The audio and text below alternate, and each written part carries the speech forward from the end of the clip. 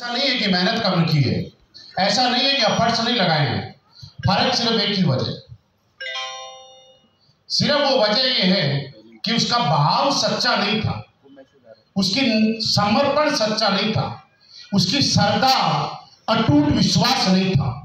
जब आपकी श्रद्धा और भाव अगर मजबूत होता है तो मैं आपको एक एग्जांपल देता हूं, आप मेरी बात से शायद सहमत होंगे। ऊपर वाले दिन आपने सुना होगा पुरानी चीजें, कुछ कथा सुनी होगी, बूढ़े बुजुर्गों से सुना होगा, तो आपने एक चीज पक्का सुनी होगी कि पुराने टाइम में जितने भी राक्षस हुए हैं उन सबको अगर वरदान देने का काम किया है तो किसी न किसी देवता ने किया, राइट। हर देवता को मालूम है कि राक्षस को वरदान देने का मतलब वो मनुष्यों का नुकसान करेगा, वो समाज सेवा में नहीं समाज अहित में काम करेगा, लोगों का नुकसान करेगा, कोई कोई गलत काम में अपनी शक्तियों का और अपनी ताकतों का दुरुपयोग करेगा, राइट। उसके बाद भी आज तक हर राक्षस को वरदान देने का काम अगर किसी ने किया है तो वो इस धरती के ऊपर देवताओं ने किया है। वजह ये है कि राक्षस की तपस्या में, उसकी भक्ति में इतना ताकत थी, इतना समर्पण था और इतना भाव था कि देवता को ये जानते हुए कि ये अपनी ताकतों का गलत इस्तेमाल करेगा, उसके बाद भी उसको वरदान देने के लिए मजबूर होना पड़ गया, राइट।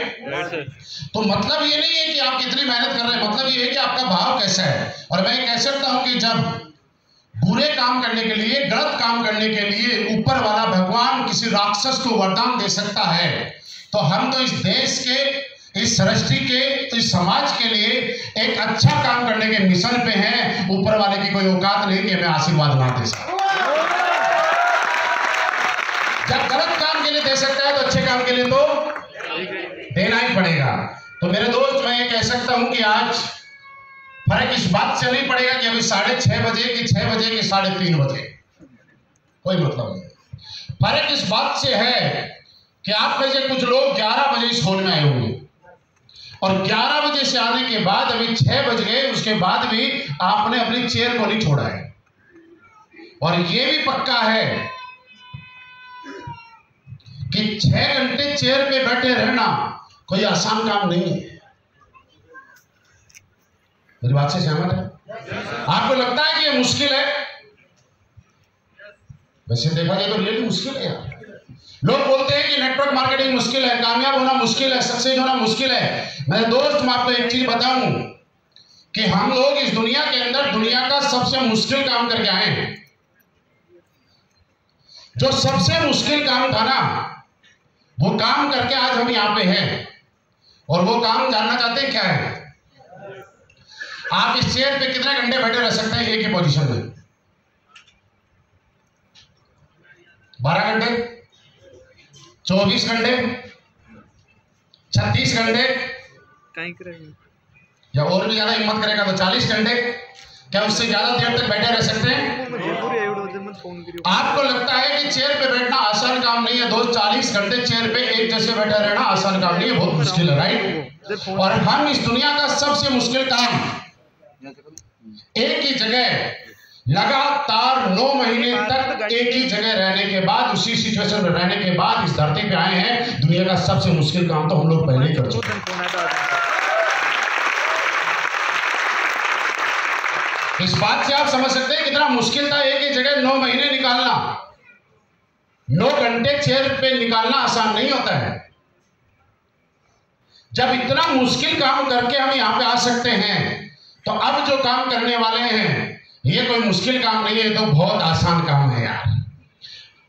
बशर्ते आपका भाव अगर सच्चा है कि नहीं है, आपका समर्पण सच्चा है कि नहीं है, आपकी श्रद्धा इस काम में सच्ची है या नहीं है। आपने देखा होगा कि यहाँ पे नसीब सर ने एक बात बताई कि करशन जी आए और उनके भाई आए, दोनों में से एक आदमी आज ब्लैक डायमंड और दूसरा आदमी ब्लैक डायमंड के अचीवमेंट के बारे में लोगों को बता रहा है। वजह क्या कि एक आदमी का भाव सच्चा था। और इस दुनिया के अंदर मैं आपको बताऊं कि आप कितने ही, मैं ये नहीं कहूंगा कि आप मेहनत करो, क्योंकि दोस्त मेहनत से कामयाबी नहीं मिलती, अकेली मेहनत से कभी कामयाबी नहीं करती। और अगर आप मेहनत करते हैं तो एक आदमी थक जाता है। इस काम को अगर आज के बाद आप करें तो ये सोच के करें कि इस काम को करने में आपको खुशी का एहसास होता है कि नहीं होता। जब तक ये काम आपको खुशी नहीं देगा, जब ये काम आपको जब तक आनंद नहीं देगा, जब तक इस काम को करते हुए आपको प्राउड फील नहीं होगा, तब तक दुनिया की कोई भी बड़ी बड़ी ताकतें, मैं मेरी कितनी भी गाड़ियां दिखाऊं, मैं मेरे कितने भी चेक दिखाऊं, कृष्ण जी कुछ भी दिखाएं, आपके ऊपर कोई फर्क नहीं पड़ने वाला। सबसे पहले जरूरी है कि इस काम को करते हुए आपको प्राउड फील हो रहा है कि नहीं हो रहा। दूसरा जरूरी है कि इस काम को जब आप करते हैं तो आपको अंदर से खुशी महसूस हो रही है कि नहीं हो रही। मेरे दोस्त, जिस तरह से आप देखिएगा, लोगों के अपने अपने शौक होते हैं और हर आदमी को एक ही काम के अंदर आनंद नहीं आता है। हर आदमी के शौक अलग अलग होते हैं, अलग अलग काम करने के तरीके होते हैं। कुछ लोगों को क्रिकेट देखने का इतना ज्यादा बुखार होता है, इतना ज्यादा आनंद आता है कि रात के 3 बजे जब वर्ल्ड कप चल रहा होता है तो सुबह 6 बजे जिस लड़के को ऑफिस से में जाना होता है, वो रात को 2 से लेकर 5 बजे तक लगातार क्रिकेट देखता है और किसी से शिकायत नहीं करता कि मुझे 6 बजे ऑफिस जाना है। राइट। लेकिन कभी उसके मुंह से आपने ये नहीं सुना होगा कि वो थक गया। कभी उसके मुंह से आपने ये नहीं सुना होगा कि उसको जोर आ गया, वो परेशान हो गया। क्या सुना? कभी नहीं सुनोगे। कुछ लोगों का आनंद इस बात में होता है कि हिंदुस्तान में जब भी कोई मूवी लॉन्च होगी तो पहला शो, चाहे भीड़ में जाके देखना पड़े, चाहे कैसे जाना पड़े, पहला शो देखना पड़ेगा। आप में से बहुत सारे लोग याद करो अपने पुराने टाइम को। आज के टाइम में पीवीआर आ गए, आईनॉक्स आ गए, जहां पे हम लोग मूवी का टिकट बुक किया करते हैं और ऑलरेडी एडवांस बुकिंग हो जाया करती है, सीट बुक हो जाती है। पुराने टाइम में ऐसा नहीं हुआ करता था। हॉल के बाहर एक काउंटर रहा करता था और काउंटर के बाहर कुछ लोग पहले शो के अंदर दादागिरी से जाते थे। जिसके पास दम ज्यादा, ताकत ज्यादा, वो आगे हाथ देके वो टिकट खरीदता था। लेकिन खरीद नहीं पाया, लेकिन जिसका शौक था कि मुझे मूवी का पहला शो देखना है, वो ब्लैक में टिकट लेके भी देखा करता था या नहीं देखा करता था? क्या था उसका शौक? जब उस शौक के लिए वो काम करता था तो उसके लिए टाइम ऑटोमेटिकली निकाल जाया था। हम लोग यहाँ पे बोलते हैं कि आपको टाइम निकालना पड़ेगा। आप मुझे बताइए, क्रिकेट के लिए क्या टाइम निकालना पड़ा? उसका शौक है, उसका आनंद है, उसको मजा आ रहा है उस काम में, इसलिए उसका टाइम निकल जाता है। मूवी देखने के लिए टाइम नहीं निकालना पड़ा, नींद उसको भी आ रही है, लेकिन उसका शौक है, ये काम उसको मजा दे रहा है, आनंद दे रहा है, तो उसको ऑटोमेटिकली उसके लिए टाइम निकल जाता है।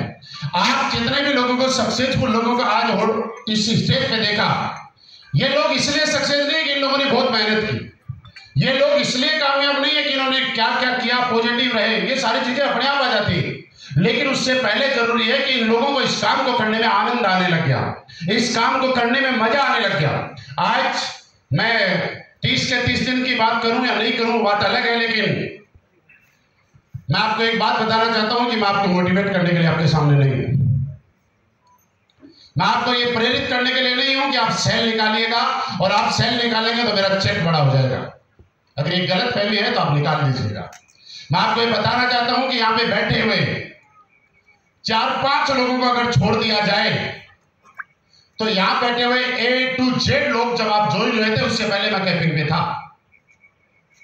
मुश्किल से 3-4 लोगों के अलावा सब को छोड़ देता हूं तो यहां पे बैठा हुआ हर आदमी जब इस हॉल में आया था, इस मीटिंग में आया था, किसी भी पहली AWPL की मीटिंग में आया था, जब पहली बार फॉर्म भरा था, पहली बार रजिस्ट्रेशन कराया था, उससे पहले से मैं कैंपिंग पे था, उससे पहले से मैं जैगवार में हूं। तो ये बात बिल्कुल निकाल दीजिए कि आज मैं आपके सामने आपको मोटिवेट करने आया हूं। मैं आपको ये कहने आया हूं कि आप सेल ज्यादा भेजिए। मैं आपको ये कहने आया हूं कि आप सेल ज्यादा भेजोगे तो मेरा चेक बड़ा बनेगा। तो ये बात आप निकाल दीजिए। मैं आपके साथ निस्वार्थ भाव से आपके सामने हूं। मैं आपसे जो बात करता हूं मेरे किसी भी स्वार्थ के लिए नहीं, मैं निस्वार्थ भाव से काम कर रहा हूं, वो इसलिए कर रहा हूं और आपको भी करना चाहिए। आज जब लोग मुझे पूछते हैं कि सर इतना बड़ा नेटवर्क हो गया, क्या वजह है कि आप 30 के 30 दिन ग्राउंड में रहते हैं? मैं आपको भी बताऊं कि मेरे घर में मैं मुश्किल से महीने में 4 से 5 दिन रह जाऊं तो बहुत बड़ी बात है। 25 से 26 दिन होटल में रहने का मौका मिलता है। मतलब होटल में घर की तरह रहते हैं और घर में होटल की तरह रहते हैं। घर में जाते हैं, जब कपड़े गंदे हो जाते हैं तब वो कपड़े बदल के बैग में चेंज करके ले आते हैं। मैं कल मेरे बैग को देख रहा था और बैग को देखने के बाद मेरे मन में ख्याल आया कि लोग पूरे जीवन के अंदर इतनी बार फ्लाइट में नहीं बैठते जितनी उससे ज्यादा बार तो मेरा बैग जो है वो फ्लाइट की यात्राएं कर चुका होता है। वो भी सोच रहा होगा यार किस खुशनसीब वाला हूं कि मैं कितनी बार फ्लाइट की यात्रा कर रहा हूं। लेकिन ये है, यहाँ पे जितने भी लीडर हैं मैं उनको ये कहना चाहता हूं कि मेरे दोस्त, काम यहाँ पे जैसे बताया गया था वैसे करना ही पड़ेगा। आप लोगों की तरह मैं इस इंडस्ट्री के अंदर आया था, मैं रहने वाला यहाँ आपके पास का ही हूँ, सीकर डिस्ट्रिक्ट का रहने वाला हूँ मैं। इसी जन्मभूमि आपकी है, यही जन्मभूमि मेरी है, यही रेत पे मैं पल बड़ा हूँ। बचपन में क्या क्या किया क्या क्या नहीं किया वो बात नहीं बताना चाहता। मैंने लाइफ में कभी पढ़ाई के ऊपर इतना ज़्यादा फोकस नहीं किया जितना आज के माँ बाप अपने बच्चों से करवाते हैं। आज के मम्मी पापा बच्चों को बोलते हैं 90% लेके आना, 80% लेके आना, फर्स्ट आना, सेकंड आना। और मेरा विचार अलग था और मेरे विचार में आप जैसे बहुत सारे लोग हैं इसलिए मेरे विचार बन जाएंगे। मैं आज भी कहता हूं कि कम से कम इतना नंबर आना चाहिए कि उस नंबर की वजह से आप अगली क्लास में चले जाएं।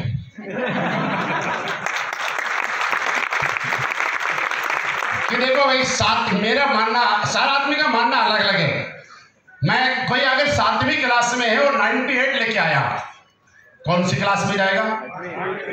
अच्छा, कोई 7वीं क्लास में और 34% ले आया, 33 पे होता है ना पास, हमारे टाइम में तो होता था। अब फिर आगे पीछे हुआ यही है सर।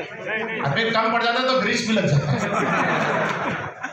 कई बार लगा है मेरे, इसलिए मेरे को व्यक्तिगत अनुभव बहुत अच्छा है इसका। तो 33%, 34%, 35% अगर लेके आ गया